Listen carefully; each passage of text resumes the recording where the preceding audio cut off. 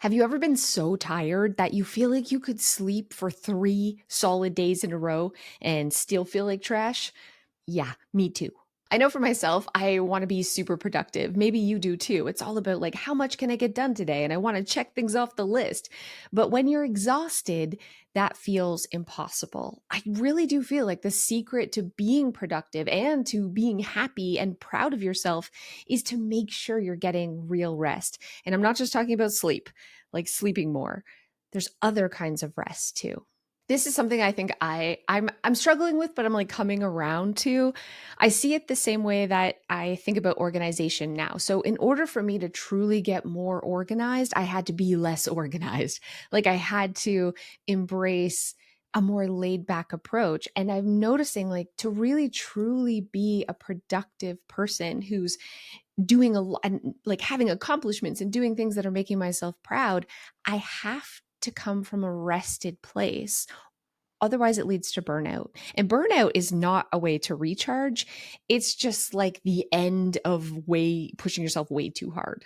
The concept of there being 7 different types of rest was developed by Dr. Saundra Dalton-Smith. I feel like and I've talked about this a lot in recent podcasts, that I'm at this like exhausted part of my life. And part of me is blaming like perimenopause or whatever, but also I know what's going on. It's a desperate need for rest. And I'm not talking about more sleep, though I probably also need more sleep. I was thinking this morning while I was getting ready. Yesterday was my daughter's birthday, so I had to plan what to get her and where we're going out for dinner and are we bringing friends? And then in 7 days is my son's birthday, so I'm planning like his birthday party and then my daughter's birthday party. The next one, they're all 9 days apart. Listen, that's not the point. My mom's birthday is coming up. And at the same time, I graduate today from firefighter school. So I'm running the speech through my head at the same time. And guess what? We're out of Tide Pods. I got to get detergent. And also, the dog needs her shots coming up. And we just closed all the windows because the farmer spread poo. And then so I'm like, maybe I should turn on the heater. I got to change the furnace filter. And all of these thoughts are at the exact same time. You know what I'm like, just layered on top of each other. And this is the narrative running in my head basically 24/7. Sometimes it's not birthdays, sometimes it's other things, but I'm like mentally taxed. And I look at my husband as he's snoring away, in his bed, just like, and I know he has like a singular thought when he gets up. Am I going to put milk in my coffee today or cream? And that's it. He's a singular thought. And this part of this may be like a woman thing. Maybe this is like an ADHD thing, anxiety, mom, whatever it is this constant bombardment of thoughts and things we have to remember. And guess what? We got to put bread on the list and we're almost out of milk. So when am I going to squeeze in a grocery shop trip? And I should probably pair it with maybe taking the dog to the vet, but then do I just leave her there while I go to the grocery store? No, that's not right. And I can't really bring her. So no, 2 separate days. And all of these thoughts are like boop, boop, boop in there. So lots of different kinds of rest. Just having a nap is not going to solve that. Know what I'm saying? Before we jump into the 7 types of rest, just like always, you're not allowed to just listen or watch this. I really want you to get up and do something awesome today, even if that awesomeness is 10 minutes of part of this podcast. And the best, most awesomest thing you could do to make your life easier, to give you more time in the future, to take some of that mental load off, all the thoughts that are running through your head, is to remove physical objects from your home forever.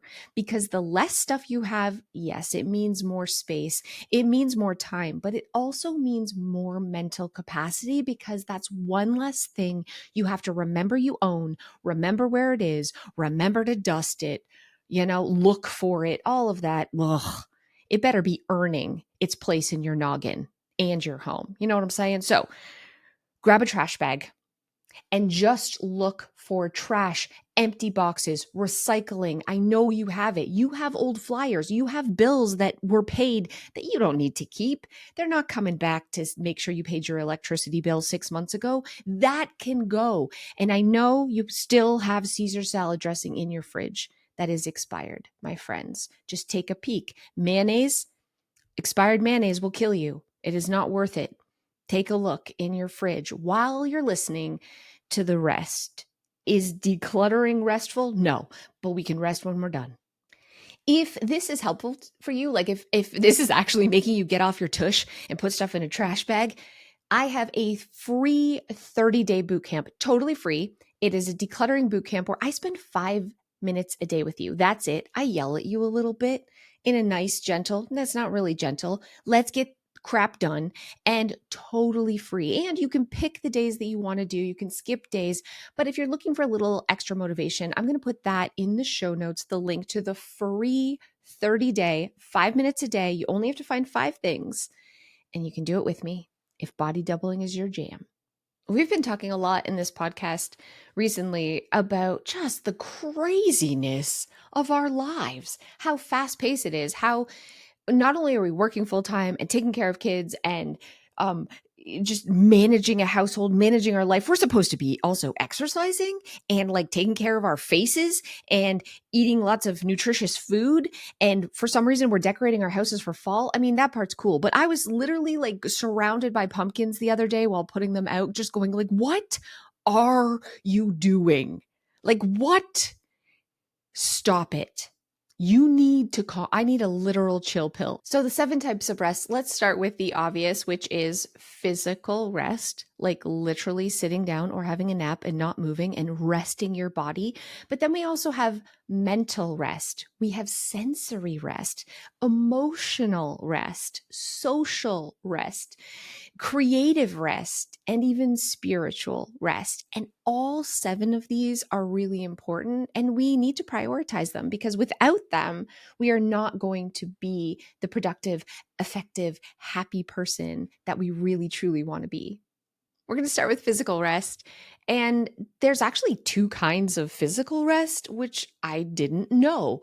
There is active physical rest and passive physical rest. And passive physical rest is literally like you're napping, you're sleeping, you're out. So obviously that's passive. It requires really no effort on your part. But active physical rest is still resting your body, but doing things like stretching or getting a massage, releasing the physical tension in your body, touching your toes in the shower, just doing a good old body stretch. All of these are still physical rest, but you're in a more active state. Don't fall. Don't fall in the shower. Don't fall. I stretch every morning or every night when I'm having a shower in the shower. I don't know. I just started doing this and I'm limber. Okay. I can put full flat hands on the ground. My husband can't touch his toes. You know why? Shower stretches. Give it a try. I think the hot water like relaxes your muscle a little bit. Yoga also counts as like physical rest. Probably not the like insane classes I've done or like the hot yoga where you're dying and it feels like you're running a marathon when you're just really stretching, but like the relaxation yoga. Yeah, totally counts as physical rest. Let's talk about the one I really need help with, which is mental rest. It's a break from all the constant thoughts we're having 24/7 and the layered thoughts, the grocery store and the toilet paper's almost out and I got to do a load of laundry and oh my gosh, I forgot that gift and I got to, you know what I'm saying? Please help. It's bonkers in our brains and we need a way of turning that off. And a lot of people talk about meditation, sitting, and trying to remove all thoughts from their head. This is impossible for me. I have tried. I'm singing Pink Pony Club, and then I'm like, no, no, no, you're not doing. And then it's like, you have one daughter. Why? Why is there a soundtrack at all times? And then I'm like, while I'm sitting there, I'm thinking about how I can't stop thinking. And there are ways that I have found to turn off my brain, which I cannot share with you.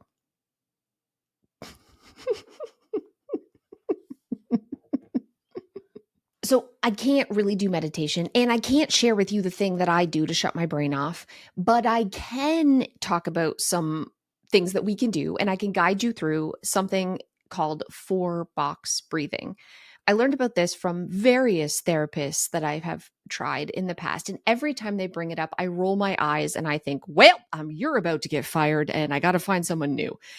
because just stop it with the grounding. But honestly, science says it works. So here we go. 4 box breathing is where you breathe, but you add the count of 4.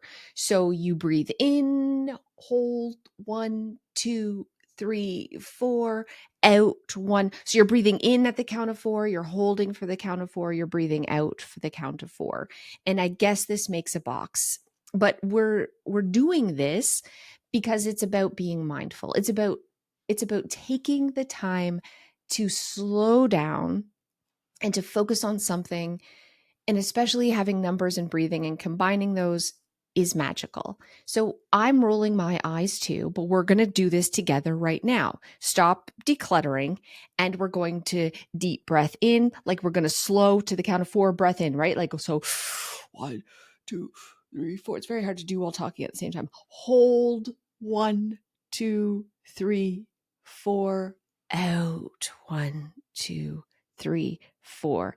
And I think we hold at the 4, yeah, to make a full box. So then we hold again, 1, 2, 3, 4, then in 1, 2, 3, 4. Stop rolling your eyes. Stop rolling your eyes. Especially if you're uber stressed and you're like gonna punch a neighbor in the face, this can be extremely helpful. It's supposed to reset your amygdala or some words, and it's doing stuff. Okay, guys, listen.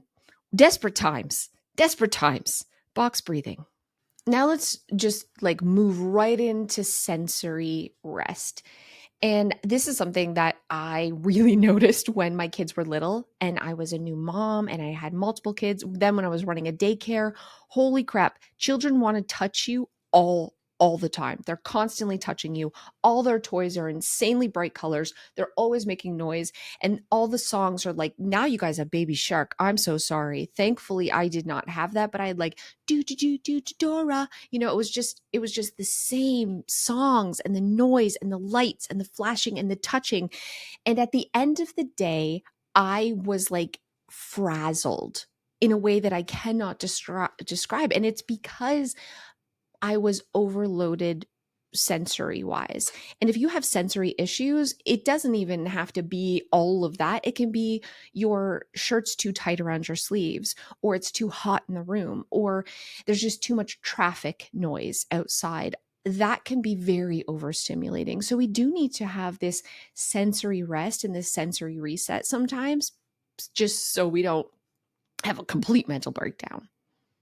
When I was younger and I was in the baby thing, I would literally just take a page out of my husband's book and take an extended bathroom break. I feel like men are onto this. They're really not having to go to the washroom for that long and that many times. That is where they can go to a quiet place where no one's going to bug them and have that like sensory detox moment. I remember literally hiding in a closet, when my kids were little, just so I could have that quiet moment. But now it looks a lot like going to a room, dimming the lights, turning off my phone, making sure that it's on do not disturb or there's no distractions, and just being in a calming place, which I guess we're kind of getting mental and physical rest at the same time, but taking the sensory overload out of the picture. And you can do this even, at any moment, because our phone is a nonstop sensory overload machine with the buzzing and the notifications and the texts and the updates. Just being able to turn that off, just being able to have different modes to like silence that can go a long way to helping us not feel overstimulated by all of the different like sensory things in our life. And if the idea of putting your phone on do not disturb is like, oh, but I'll miss something, maybe just take the Apple Watch off, right? Because yeah, if my husband wears his Apple Watch all the time, it's constantly vibrating and buzzing. And I think we're so used to this. It's just like this common thing. We don't even realize how overstimulating this can be. And next thing we know, we're just stressed and we're snapping and we're feeling just anxious. It could be the constant stimulation we're getting all day long. Next on the list, we have emotional rest. I'm just going to be totally honest with you. I feel like I struggle with this because emotions are hard. And the way I deal with my emotional overload, crying in the shower or, you know, screaming into the void, probably not healthy. But it is important we understand that we need to have emotional rest, especially if we're in a situation that is very emotionally charged. So you're having an argument with someone, or there's just some like you're dealing with a sick loved one, or whatever it is that's making you feel overwhelmed with emotion, anger, sadness, even happiness. We can be like overwhelmed with it. Being able to take a break, being able to process, I guess, those emotions before we are reactive to them. So, journaling is a really good way of having an emotional rest because you're taking the time to get it all out and putting it on paper. This is a form of rest, it is a form of recharge, and it is a way of processing those emotions without screaming into the void or crying in the shower. And that leads really nicely, actually, into the next form of rest, which is social rest and just managing your energy levels and managing how you're interacting with other people. I feel like I'm a bad person to talk about social rest because I'm so ridiculously good at it by never socializing that I don't really like the idea of going and having coffee with someone and just making small talk for an hour is where I'm good. That's the bad place. Like if I'm naughty and I pass away, that's what my bad place is going to look like. Just constant talking about the weather and their child Jimmy's soccer tryout while having that's awful for me. So, but there are a lot of people who and again, I work from home. And so I'm kind of a hermit. So I don't have to have a lot of social interactions. But there are people who do have to do this. So, what I'm going to say is, I do have loved ones in my life. I'm not going to totally name names, but that are so socially draining for me. Like to be around them is a chore, but you still got to sometimes.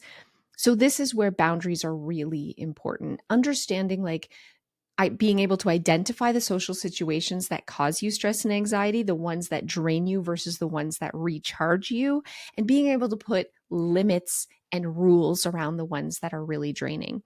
If you're going to work every day and you just want to like murderlize your boss because they're the absolute worst, how can you incorporate social rest in those situations? How can you have a break where you're literally like leaving the room? Can you put on your headphones and say you need that zone out time? Can you give yourself the ability to disconnect socially so that you're not feeling overstimulated and just taxed emotionally? Now, I want to talk about one of my favorites, which is creative rest. Whether you are in a creative industry or not, I do feel like we can become just so overwhelmed with what's for dinner. You're having to come up with dinner plans every night, grocery shopping, ideas for gifts for people. In For me, like I have to come up with video and podcast ideas every single week. And I've been doing it for 15 years, trying to think of something new, something maybe different, a new spin on the same old thing. How many different ways can I talk about organization? Stop it, my friends. It makes your brain like go on strike sometimes. Like you're sitting there trying to think of something, but there's no thoughts to be thunk, because you have creative burnout. So how can we have creative rest? I find one of the best ways for me is to be able to turn my own brain off from thinking of ideas and engage in other people's ideas. So to be inspired by others and give myself the rest while also feeling like really rejuvenated. So one of my favorite ways is literally going to IKEA. I walk around IKEA and I just look at all their displays, not to buy anything. I buy nothing. I just look around at like, look at that really clever way that they've put the jars on the backsplash, or look at this really like ingenious way they've used this tiny space to create more storage. That feels restful for me because it's now ideas that I'm taking in from other people that I don't have to think of my own.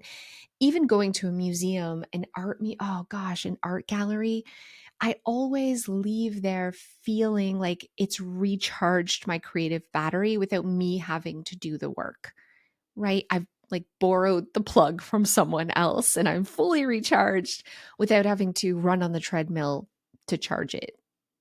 And last but not least is spiritual rest.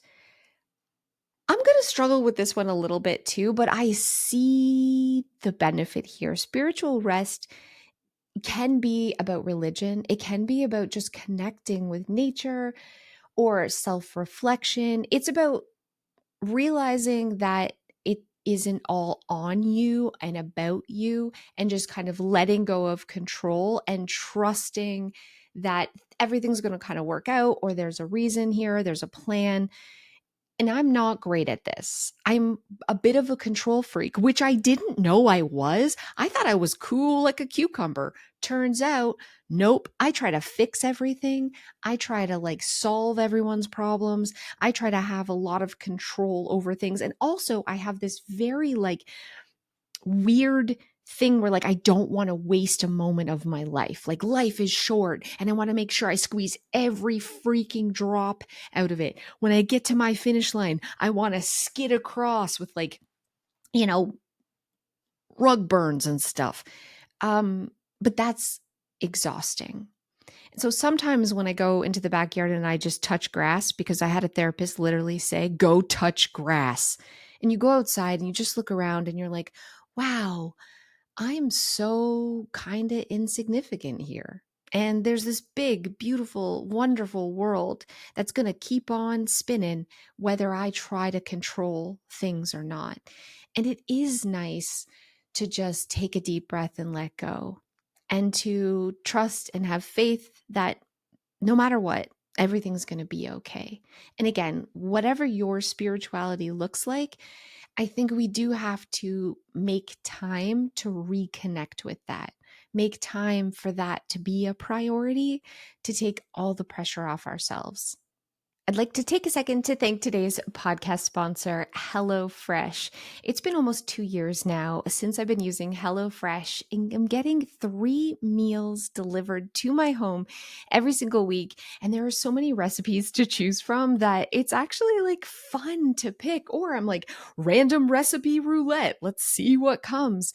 It takes some of the pressure off of me of always having to come up with what's for dinner. I also love that these meal kits come to my door. Everything is pre-portioned, so there's no waste, and there's easy step-by-step instructions. So even my teenagers can follow along and come up with a gourmet, amazing meal.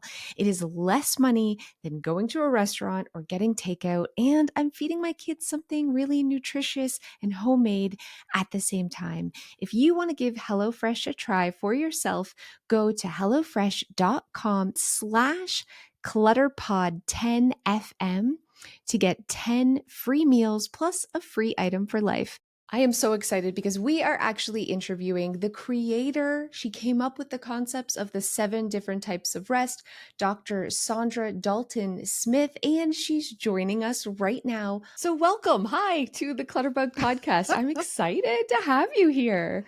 Oh, thanks so much. I'm excited to be here with you. This was an interesting concept that I had never heard of before. How did you come about like thinking, hold on, maybe we need to think about rest differently? Was this like just an epiphany you had one day?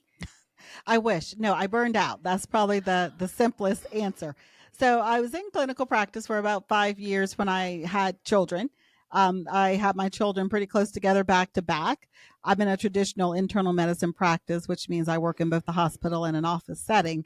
So I was working 60 plus hours a week. I mean, that was my normal week. You add family with that. I, at the time, did not realize how much of a full time job kids are. And I just got to the end of myself, and I honestly thought, okay, maybe I'm just sleepy. You know, you're a new mom. I had a 1 year old and then a 2 year old at the same time. Like, I'm just sleepy. That's what that's what the problem is. But what happens when you get 8 hours of sleep and you're still exhausted? that's when the kind of the bells and whistles went off that there's something else here. There's nothing physically wrong with me. I'm a doctor. I can check all the labs I want without without any kind of pushback. Everything was completely normal, but I was exhausted. And so I started asking the question, what kind of tired am I? Not just I'm tired, but what kind of tired am I? And that's where we began. That's so interesting. And how did you arrive at the seven types? Like, were there other ones that just didn't make the cut? There were. That's interesting that you asked that question. There certainly were.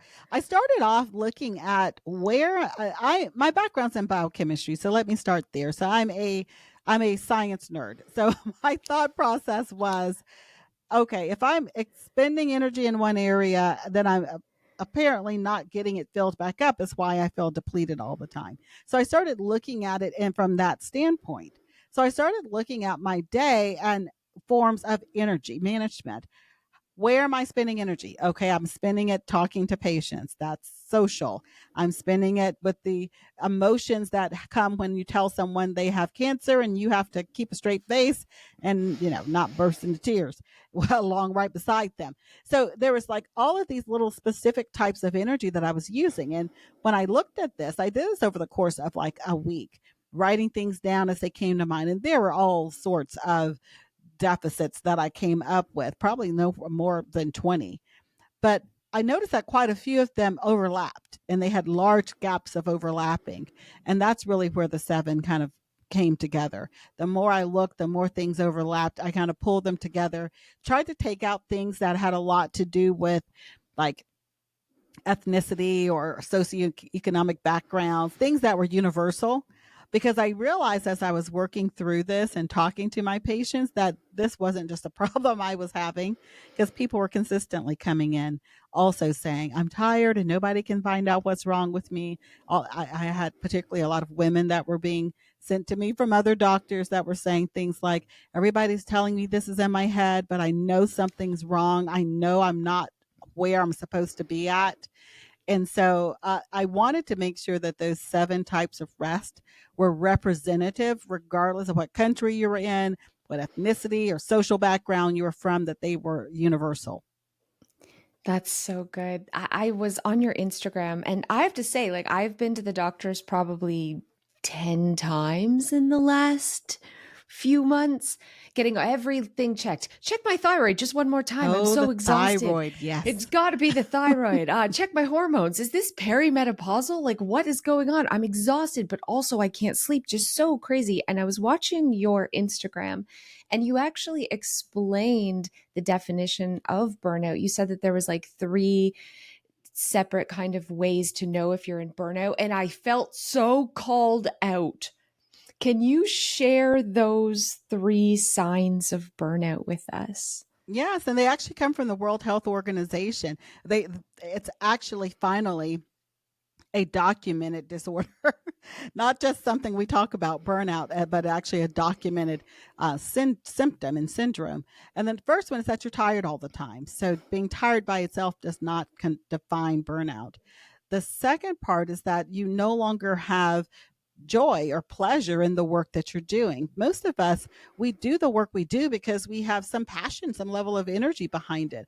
But when that passion and energy and joy and desire to do it leaves, that's a sign that you're becoming more burned out.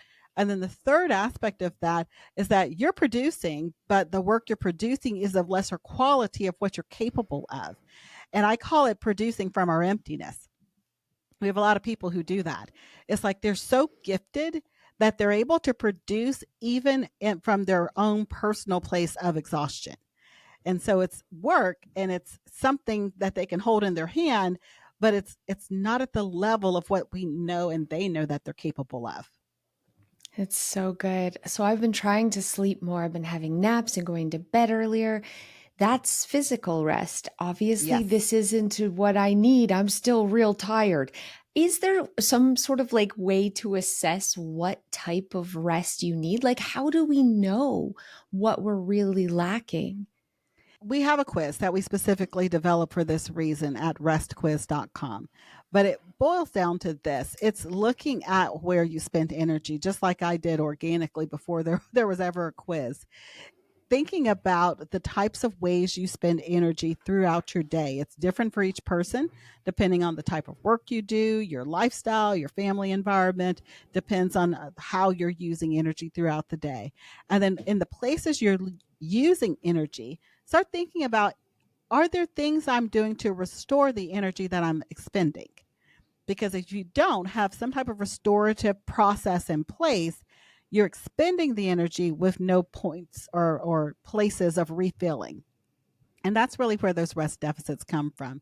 So the quiz, as I mentioned, restquiz.com, basically what we do is we give people a score in all 7 areas: physical, mental, spiritual, emotional, social, sensory, and creative.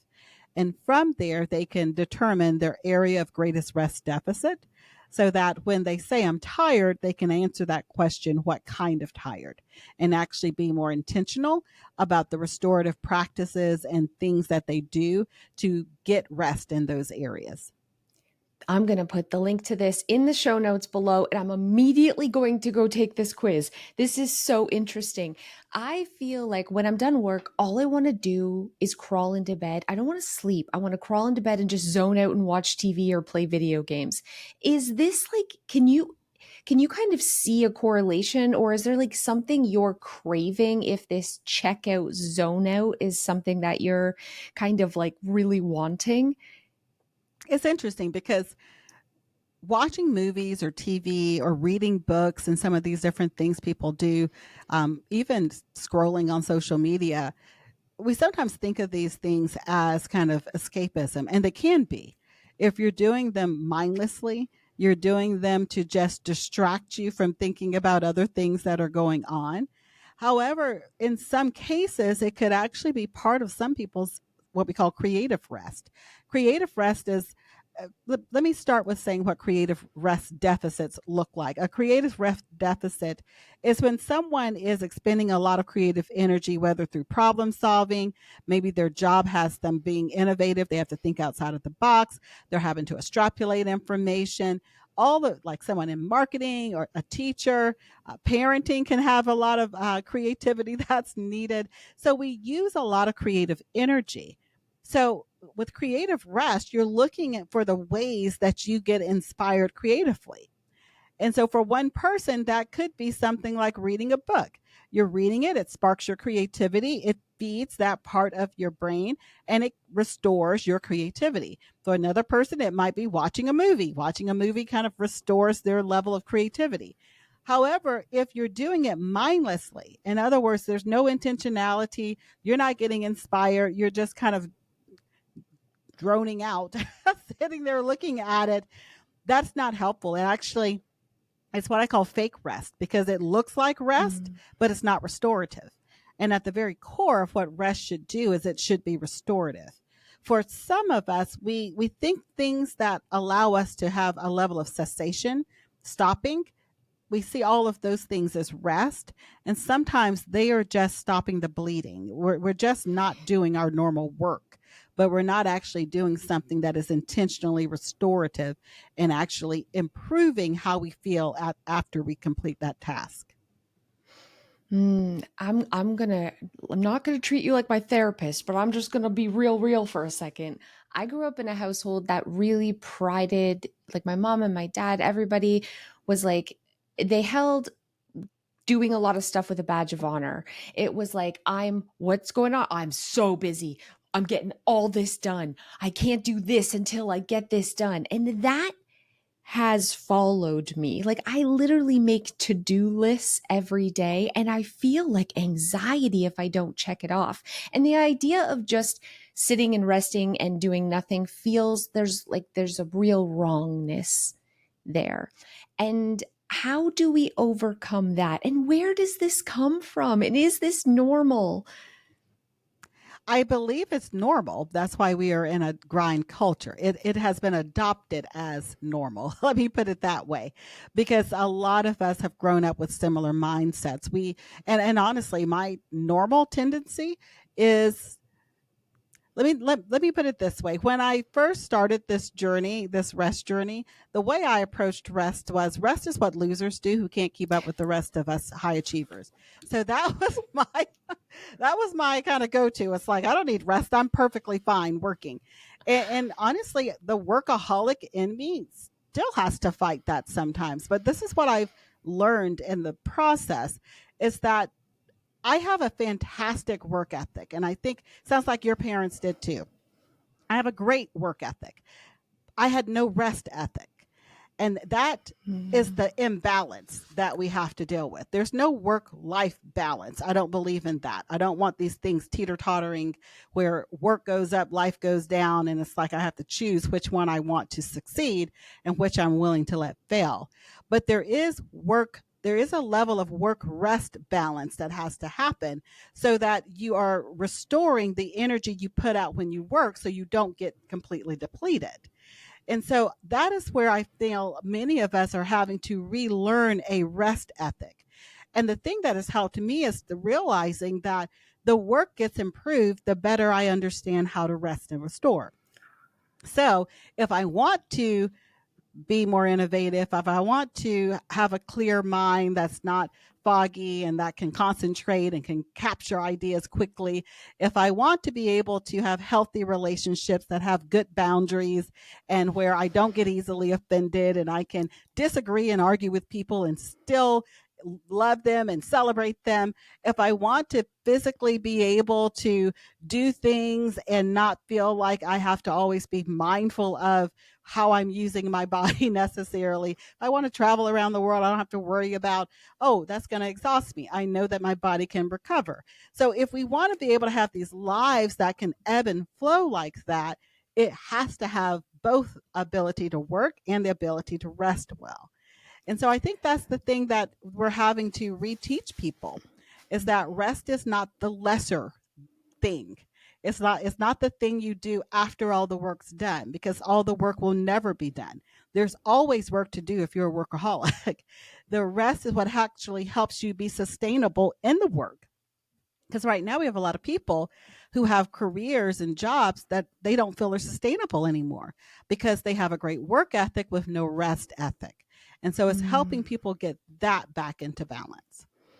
I have to say, I love the way you explain this so much. And I love that you are a workaholic because when I hear the message of take a break and rest and relax, I'm always like, I don't want to be you.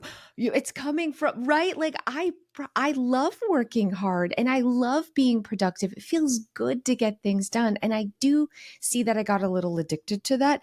And I thought I was like the Energizer Bunny. And obviously, somewhere along the line, there was some burnout because you're right. I'm like, I don't want to do this I'm not feeling the joy that I used to feel, and I'm not having the same level of output that I used to. But you just reframe rest in such a way because you're telling me I can be more productive again. This is like, this is Which bad, but helps, which yeah, helps. it's And I helpful. think if you're a work, like if you're like us, you're a little bit of a workaholic, high achiever personality, that actually helps me rest better because I'm like, you know what? This vacation isn't just me being lazy. This is actually me being productive in the sustainability of the work that I do.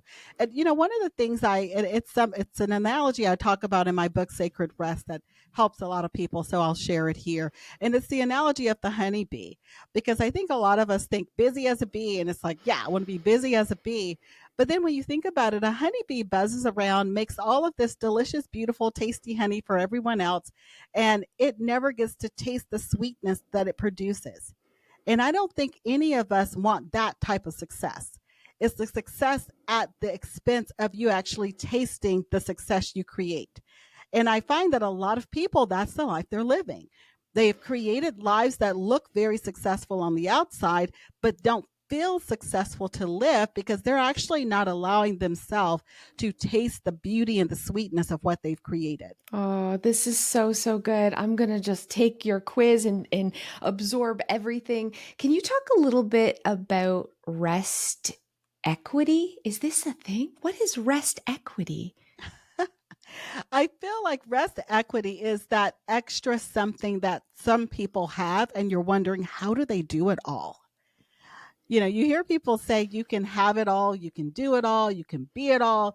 And I find that oftentimes when people take a look at my life, they're like, "Oh, you're the rest doctor, you're the rest queen, you're the one who came up with this framework, and you're helping all these people." It's like, how are you traveling every week? How are you teaching and training and working with corporations and consulting and writing more books and doing all the stuff?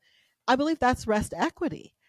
And how do I do it and still have a smile on my face? I can guarantee you that's rest equity, because it's a situation where you allow yourself to have reserve that can then be Mm. pulled on, because you're not working from your emptiness all the time.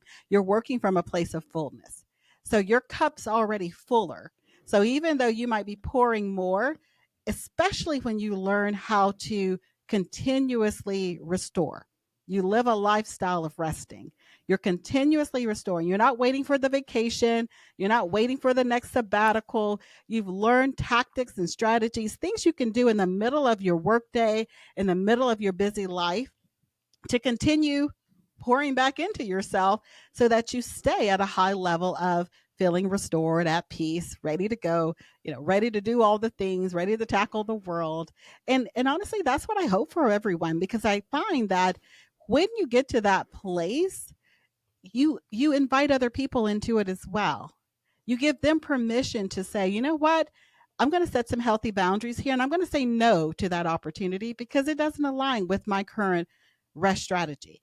Or I'm going to tell this person why they have overstepped, because they need to understand why I have this boundary in place. And it teaches our children the same thing, because in the work that I do, I find that a lot of teens struggle with this. They Yeah. struggle with boundaries. They struggle with saying appropriate no's. They struggle with claiming their space and owning what they say. And so it helps teach them the beauty of that and the reason why it's important. Oh, this is so good. Could you share some examples of things that my listeners and me, mostly me, but also my listeners, can do? Like examples of things that we can do to incorporate rest, the seven forms of rest, into our everyday. I hope you say video games because that's my new favorite thing to do when I've got an extra few minutes. But maybe again, this is escapism. Help me, help me. Could be. Depends on what you're getting from it. So I'll just give like one example, maybe in each of them. I go through a lot of examples within sacred rest, but one example with physical rest. Well, physical rest, let me say this: it has two components. It has the passive component, sleeping and napping, which I'm not going to tell you how to do. I've probably been doing them forever. But the active component is the thing that a lot of people aren't thinking about. So everything from the body ergonomics of the chair you're sitting in. Like if you've sat in that chair and you're doing work on your computer for 6, 7 hours, how does your body feel? Is the chair appropriate for your height? Or the screen height of your computer monitors at the right height and distance, so that you actually don't have, you have proper alignment within your spine and your neck? So those are just very simple things you can do for physical rest, making sure that your workstation is ergonomically correct.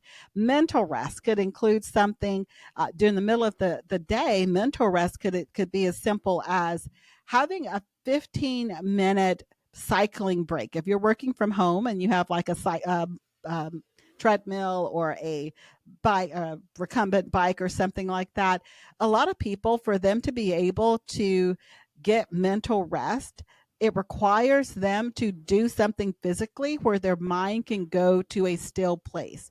So you hear people Mm. say, I clear my mind when I go for a jog or go for a walk. A big part of that is from mental rest. They're focusing on their breathing and their cadence. So their mind kind of narrows down on one or two items, and it pushes out all of the other noise. So, how you can incorporate that in the middle of the day. If you have the ability to hop on one of these things for 15 minutes in the evening time, for the person who says they can't turn off their brain because it's like they're thinking all the thoughts before they go to bed, having something like a notepad where they're just doing a brain dump. The process of actually writing it down gives the brain the sense of completion. And so it closes out the thought because now it's secure. It's written down somewhere where it doesn't have to recall it. Spiritual rest could be something as simple as having For myself, one thing that I do to help with spiritual rest is I keep my why present before me. So, why do you do what you do? Most of us, we start off thinking about that when we start a job or career, and then somewhere along the way you just do it because because that's how you make money, that's how you make your living, but you forget the why behind it. And so a big part of spiritual rest, outside of if someone has a faith system, they can obviously do something within that. However, for those who don't want to go about a faith route specifically with it, spiritual rest can also be included through things that help you understand your purpose, why you do what you do, things that give you a sense of belonging. And so when I think about why I do what I do, it brings back that sense of purpose and keeping that thought before you. Emotional rest is anytime you're able to share authentically. And so I like to incorporate this with my husband. So if you have a significant other, that's an easy way of doing that, or a best friend, somewhere where some person where you feel open to share without censoring. So you don't have to Mm. explain why you feel that way. You don't feel judged after sharing it. You're able to say what you felt throughout the day without having to elaborate. And the thing with emotional rest, you do have to kind of separate it out from trauma dumping, where you're just talking about the details, but you're not actually going into like what it did to you. How did it affect your heart, your emotions? So, since social rest is looking at the people in your life, so making sure that there are people in your life that are life giving. So this could be having a quick text to a friend. That's a simple way of getting some social rest, not where you're kind of complaining about all the things, but you're actually saying something positive to each other, Mm. reinforcing identity in each other, and what it is the value that person brings to your life. Sensory rest could be as easy as wearing noise cancellation earphones for 20 minutes in the middle of your workday, especially if you're in a very noisy location. Or it could include something like having a 10-minute sensory deprivation break where you are turning off the lights in your office and you're just going to sit with your eyes closed with no sound or anything going on, and just let yourself kind of downgrade and have that Mm. sensory input decrease around you so that you can have a bit of a reset. And then creative rest could be as easy as changing the lock screens on your phone to something that inspires you, or even on your computer, having it be, or even like a picture in your office, having it be something that makes you feel motivated and inspired. A lot of people, that's bodies of water. So it could be the ocean or your favorite beach location or the mountains. It could be anything that inspires you, having it someplace where it's automatically there in place. And for myself, my favorite thing is I buy myself flowers. I love flowers. I buy myself flowers. And so that way I get to choose if do I want lilies? Do I want roses? I'm able to bring that element of beauty into my environment, and it reminds me of creativity and inspires me. Oh, thank you so much for all those. Awesome. I think I want to do the sensory deprivation. Like all your ideas are awesome, but that one just like, I don't know, it struck something in me. I think this is something I want to incorporate. I want to ask you, how long did it take you to overcome burnout? I've heard that this is something that isn't just like you're going to take a nap and it be gone. It's a No, yeah. process. It is a process, and it depends on the level of burnout that you're experiencing. How many of these rest areas do you have a deficit in? When I started, I had a deficit in all seven. I was just depleted from all fronts. However, emotional and creative were the two that I was most depleted in. So I always say, depending on the number of deficit, that it's going to the amount of time you're going to need to really kind of process through. But don't get discouraged. Pick one to start with, because it's interesting when someone starts pouring into their areas, particularly their area of greatest deficit, they automatically start feeling better because that one really depleted bucket starts getting filled back up. And so they start feeling better, and they then have energy to do some of the other restorative practices.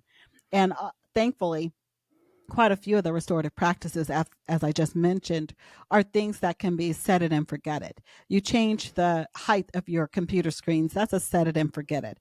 You change your lock screens on your computer, your phone, to things that inspire you. one time fix and you start getting some of the benefit for it. So there are multiple different type of restorative practices, that you can do in any of these seven, but quite a few of them are things that don't require you to always have to think about it, and definitely don't have to carve out large blocks of time. Oh, this is so good. Okay, I'm going to put your quiz down in the show notes below. I'm going to pin a comment so that everyone can take the quiz. Please let my listeners know, where can we get your book, Sacred Rest, and where can we follow you? Where do you want people to reach out to you and follow you? Yeah, so the book Sacred Rest is available wherever books are sold. It is also in audiobook form. I find that a lot of people prefer the audiobook. I read it myself, so that's available as well. And my main website is drdaltonsmith.com, just DR and my last name. And my podcast is I Choose My Best Life. And we have a website for that as well at ichoosemybestlife.com. This was absolutely so needed. And I'm just like going to be your new biggest fan and follow you. I just appreciate your time so, so much. Thank you so much. Oh, thank you so much for having me on. I really loved the way that Dr. Saundra broke down rest in a way that still makes me feel like I can still be a workaholic, right? Because I think there is a huge part of me that prides myself on the fact that I'm always getting things done. It feels good to accomplish things, but I haven't been able to kind of harness that energy in a while. And that's from burnout. So being able to look at rest as a really important tool to be more productive, to look at it as like, I got to increase my rest ethic just like I have work ethic, is a positive, incredible, and inspiring way to look at rest. And I feel excited about taking a break now in the right way, not just zoning out, not just escaping, but being really proactive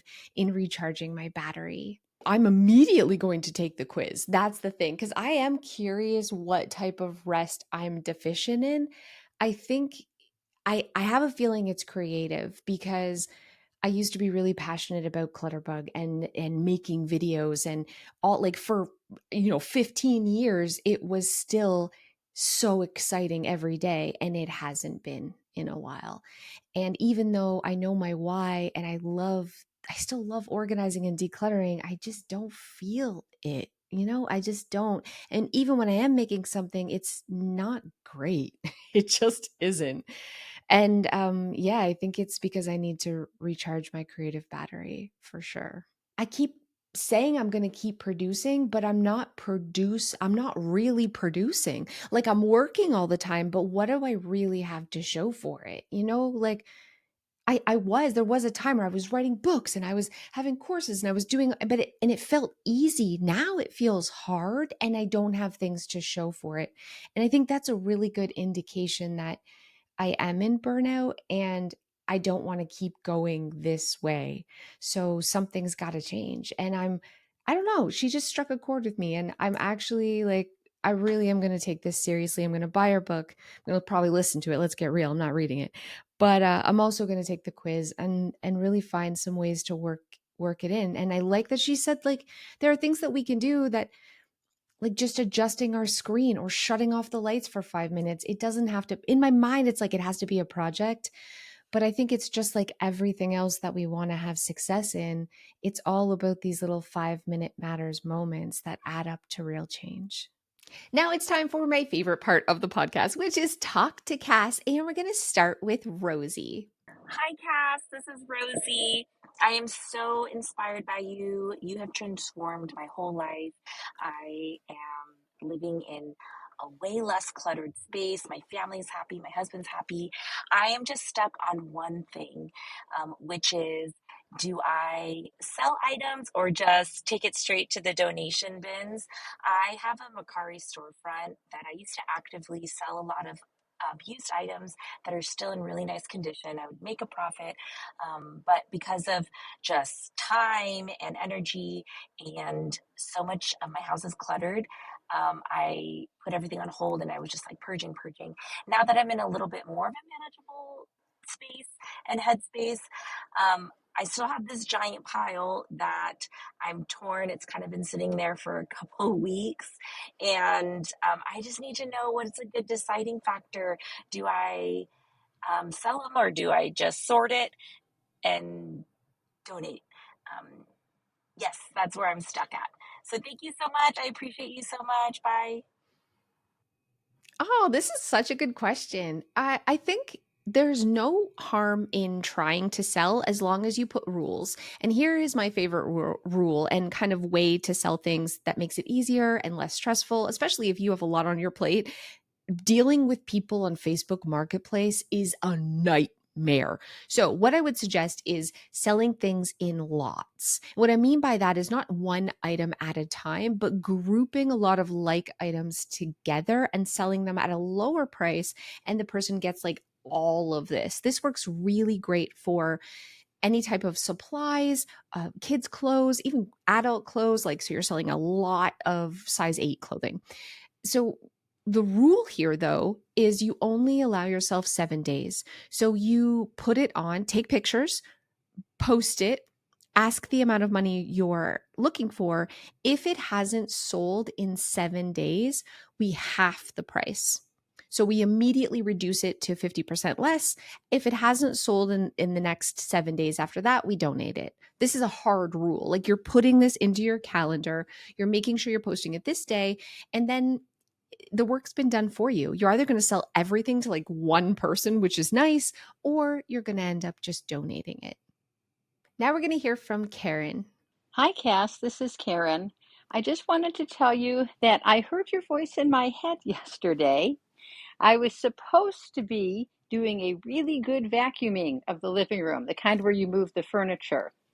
And I realized that there were places where, when my daughter said that she dusted all the low places, she didn't mean all the places. There was a lot of dust. So, of course, I thought, well, maybe I should do that. And then, oh, but wait, you're supposed to dust before you vacuum, and you're supposed to start high and low. And then I heard Cass going, stop it, stop it, stop it. You were going to do this thing. You will finish the big thing you will do. You will not worry about how it's supposed to be done. Finish the task. So I just wanted to say that that was very helpful to me. And apparently you've made a big impact on me and my living room. Thanks. Bye. Oh, I love that, Karen. Bye. I hope you didn't even move the furniture. Do you know what? Let's get real. Sometimes when I see like dust or crumbs, I'll just pick up the vacuum and vacuum that surface because, whatever. Let's work smarter, not harder. I love it. You're embracing doing it shitty, Karen. Gold star. Next, we have Anonymous with a decluttering dinosaur.